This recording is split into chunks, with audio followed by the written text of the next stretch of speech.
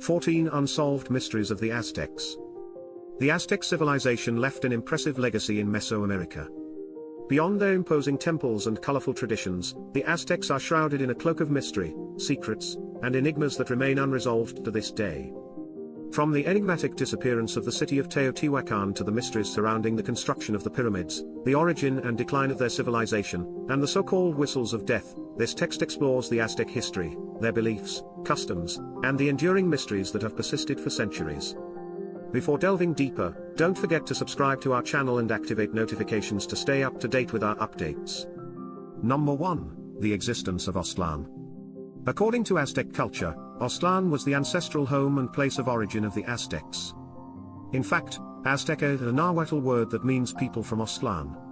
Various ethno-historical sources from the colonial period mention this city as the origin of different lists of tribal groups that migrated to central Mexico. In all sources, the Mexicas, the indigenous groups known today as the Aztecs, are included.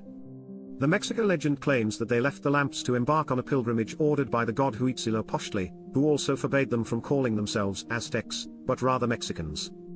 After fulfilling their mission and founding the Aztec Empire, they were unable to find their way back home. Nahuatl stories mention the existence of 7 tribes residing in Chicamostoc, known as the place of the 7 caves.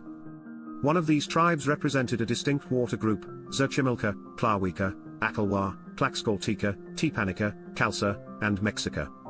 Eventually, the tribes left their caves and settled near Aztlan. It is said that after the Great Migration, each group founded one of the 7 main city-states in the state of Mexico. Different hypotheses exist regarding the location of this mythical city. Some believe it was in the Arizona desert, while others suggest it was on the island of Mexicaltzingo.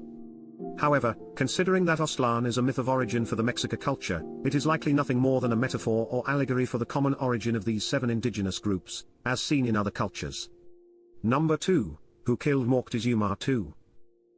Moctezuma II was the 9th emperor of the Aztec Empire, reigning from around 1502 to 1520. It was during his reign that the first contact between European explorers and the Aztec civilization occurred. Under Moctezuma's rule, the Aztec Empire reached its greatest territorial extent, expanding from central Mexico to territories in the south, including present-day Chiapas. Moctezuma, considered a semi-god, died during the initial phase of the Spanish conquest led by the conquistador Hernán Cortés. His death marked a turning point in the relationship between the Mexicas and the Europeans, sparking a brutal war between the indigenous people and the conquistadors. Despite its significance, it remains unclear who caused Moctezuma's death. Spanish chronicles mention that the Mexicas stoned Moctezuma to death because he failed to recognize and protect his people from the attacks of the conquistadors. However, Mexica chronicles point to the Spanish as responsible for his death. What is known is that the conquerors threw Moctezuma's body into the canals of the city. Number 3. What happened to Moctezuma's treasure? When the Spanish conquistadors led by Hernán Cortés arrived in Tenochtitlan, the capital of the Aztec Empire, in 1519, they encountered a civilization in its prime. Tensions quickly arose, with the Mexicas unwilling to submit, and the Spaniards hungry for the abundant Aztec gold. Legend has it that one night in 1520, while the Mexicas were celebrating the festival of Toxcatl in the great temple of Tenochtitlan, a group of Spanish soldiers locked them inside the temple and perpetrated a massive massacre against hundreds of Mexicas. Although the Spanish claimed they did so to prevent human sacrifices during the festival, indigenous sources pointed to Spanish greed as the motive. According to history, the Mexicas revolted against the Spaniards, who had taken Moctezuma as a hostage to ensure their own safety. Eventually, the situation became untenable, and the Spaniards fled in the middle of the night in early July. It is said that they carried with them every piece of gold, silver, and precious stones they could take, but they didn't escape quickly enough. The Mexicas noticed the escape and theft, catching up to the conquistadors and attacking a significant portion of them that same night. It was then, during the chaos, that Moctezuma died.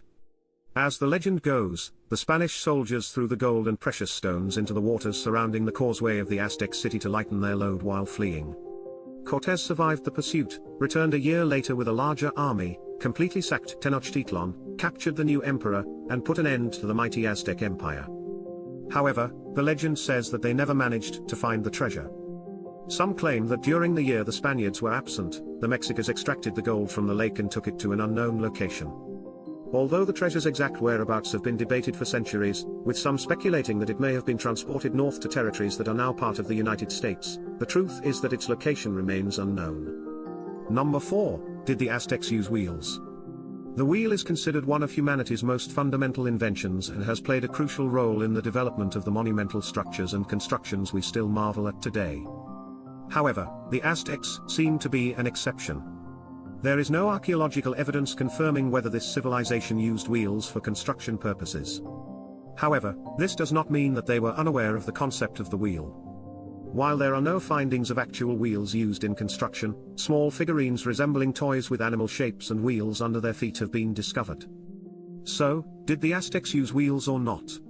Several hypotheses exist. Some believe that they were aware of the wheel but lacked sufficient large draft animals to justify or facilitate its use. Others argue that the wheel can be employed for purposes other than transportation, and perhaps the Aztecs did use it, just not in the traditional sense of transportation. Number 5. Who built the legendary city of Teotihuacan?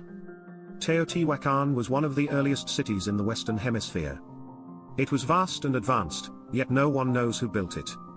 Located approximately 50 kilometers from what is now Mexico City, Teotihuacan reached its peak between 100 BC and 650 AD.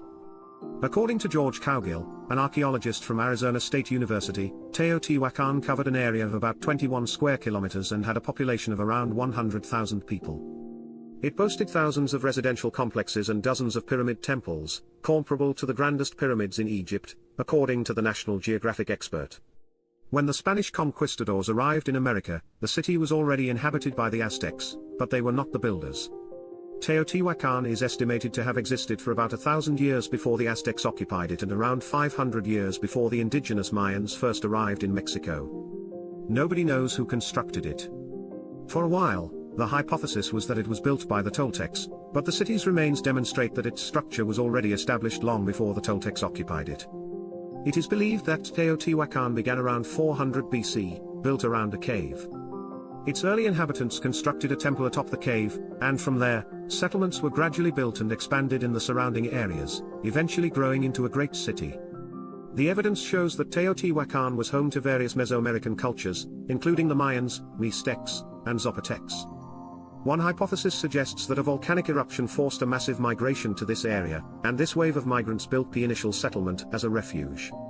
Number 6. How did Teotihuacan gain commercial power over other peoples? Archaeological findings demonstrate that the city of Teotihuacan held great power over the surrounding peoples. Its products were traded throughout the territory, and its beliefs influenced all the religions of Mesoamerica. It is not entirely clear how the population of Teotihuacan achieved this power and influence. It is possible that other populations simply admired and marveled at the wonders of this great city, or perhaps Teotihuacan's power was established in a more traditional way, through force. Various murals in Teotihuacan depict warriors who guarded the city, protecting their eyes with shell-made goggles, adorned their heads with feathered tiaras, and held weapons to launch darts. It is believed that these warriors served the function of controlling the population.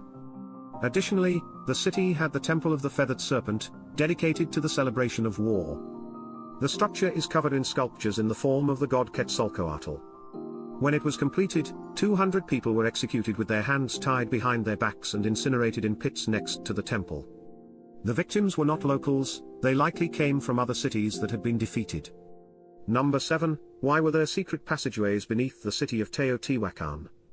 Beneath the Temple of the Sun and the Temple of the Feathered Serpent, the city of Teotihuacan had a complex network of long, deep tunnels that led to the city's main courtyard. These passages were secret and served mysterious purposes.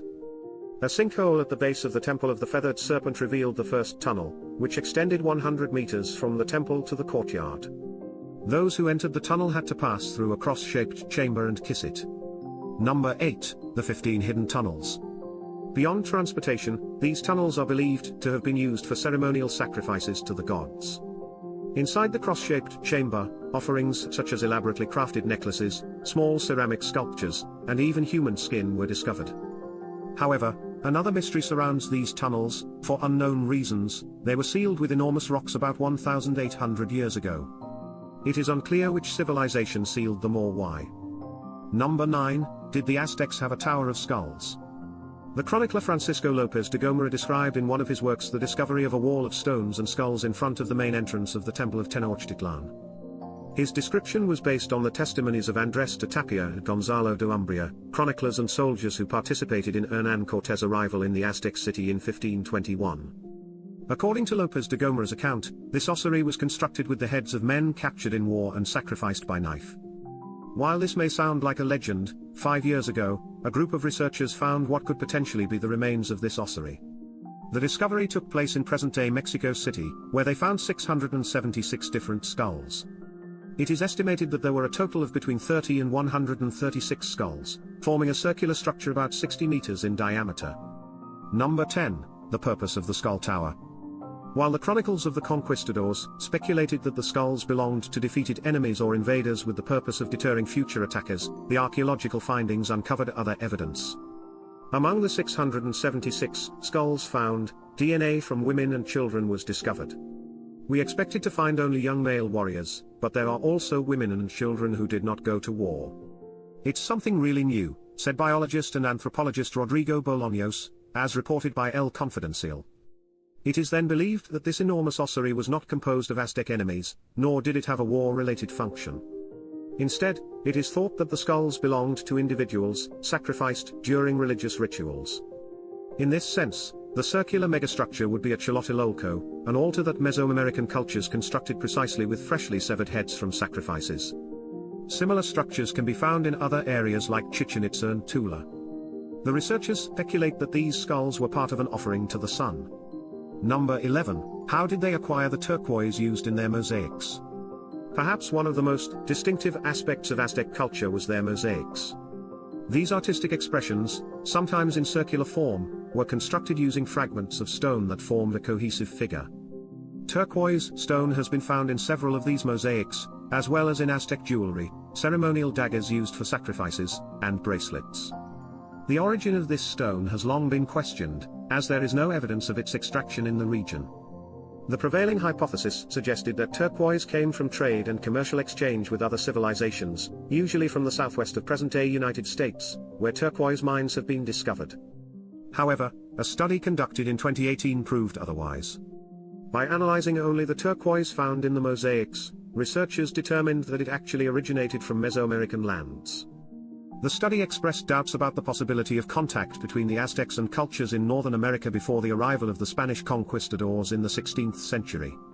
The analysis showed that the turquoise in these mosaics not only has geological characteristics consistent with Mesoamerican soil but also differs from the turquoise found in deposits in the southwestern United States. While this finding shed light on a mystery that persisted for over a century, it also raised new questions. If there is no evidence of turquoise extraction or mines in Mesoamerica, how did the Aztecs access these precious stones? Number 12, when was the Codex Borbonicus created? The Codex Borbonicus, named after the Palace of Bourbon in France where it is currently kept, is a Mexican manuscript written by priests of this community during the 16th century. This work, consisting of 36 square sheets measuring 39 centimeters each, describes the rituals, customs, and cultural traditions of the Aztecs. The vivid colors in its illustrations were created using natural dyes.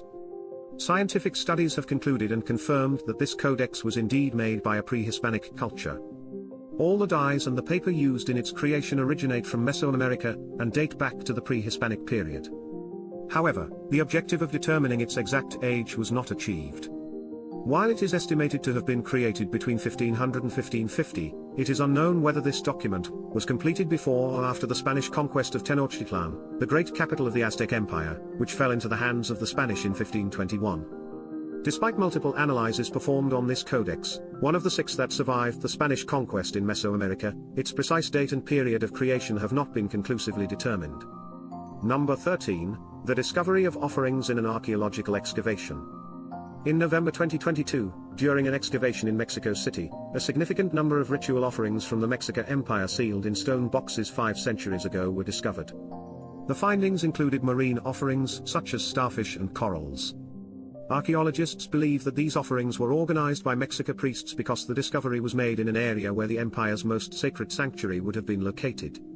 Within the same box, a sacrificed jaguar dressed in warrior attire was found. Researchers associated it with Huitzilopochtli, the Aztec god of war and the sun. However, the truly intriguing aspect was found further below, at the center of the jaguar's skeleton, where a mysterious lump was noticed. It appears that there is something solid underneath, and archaeologists are convinced that it is something highly valuable. However, they have not yet been able to excavate it. Leonardo Lopez Lahan, the chief archaeologist of the Templo Mayor project at the National Institute of Anthropology and History, stated that they anticipate a significant discovery. The researcher believes that it could be an urn containing the cremated remains of a Huitzotl, the Mexican emperor whose military campaigns expanded the empire into the territory of present-day Guatemala. However, at least another year of excavations is required for this find. If confirmed, it would undoubtedly be a significant discovery since, despite over 40 years of excavations around the ancient Templo Mayor, not a single royal tomb has been found. Number 14 was the collapse of the Aztec Empire due to the Spanish. The devastating epidemic of typhoid fever mentioned at the beginning of this video is considered one of the most destructive epidemics in human history, reducing the Mesoamerican population from 20 million to only 2 million people. It is widely believed that this epidemic led to the disappearance of the empire, and many have wondered if typhoid fever was one of the many diseases brought to the Americas by the Spanish conquistadors. Measles and smallpox were among these diseases. However, medical records from the time show that this epidemic did not have the characteristics of the more well-known European diseases. Therefore, many hypothesized that it was a Mexican-originated hemorrhagic fever. Recent studies have confirmed that it was indeed a lethal strain of salmonella and typhoid fever, which is transmitted through contaminated food or water. However, there are no records confirming whether this disease affected the indigenous population before the arrival of Europeans. Nonetheless, it is believed that the new dynamics imposed by the Spanish, such as population relocations, the introduction of livestock, and other agricultural practices, did contribute to the spread of this disease. Number 21, why are there still many mysteries surrounding Aztec culture? For centuries, the main sources of information about the great Mesoamerican cultures were the chronicles and accounts of Spanish conquerors or colonizers. Naturally, these sources have biases and only show a part of the history that was useful in understanding some Aztec cultural traits. Beyond archaeological findings, recent research has helped to better understand the perspective and worldview of the Aztecs. These studies help complement European sources and analyze the world without a colonialist perspective. We are getting to know the Aztecs on their own terms because we are truly seeing what they did and what the Spanish thought about them, stated Diana Moiras, an academic studying the Aztecs at the University of British Columbia, as reported by Reuters. However, delving deeper into these findings requires time, funding, and patience. Although ancient and well-studied civilizations like the Egyptians still hold numerous mysteries, scientific advancements have allowed for increasingly comprehensive knowledge and understanding of ancient civilizations and cultures. Finally, Mesoamerican communities are being recognized from their own creations and perspectives. The Aztecs were more than just a great empire, they were the cultural foundation of a significant part of pre-Columbian America and an identity marker of our continent before European conquest. We hope this video has been informative. If you have anything to add, please share it with us in the comments section. Don't forget to like this video and share the link with your family and friends so they can also learn about these 14 unsolved mysteries of the Aztecs. Thanks for watching. If you found this video interesting, make sure to subscribe to our channel and give this video a like.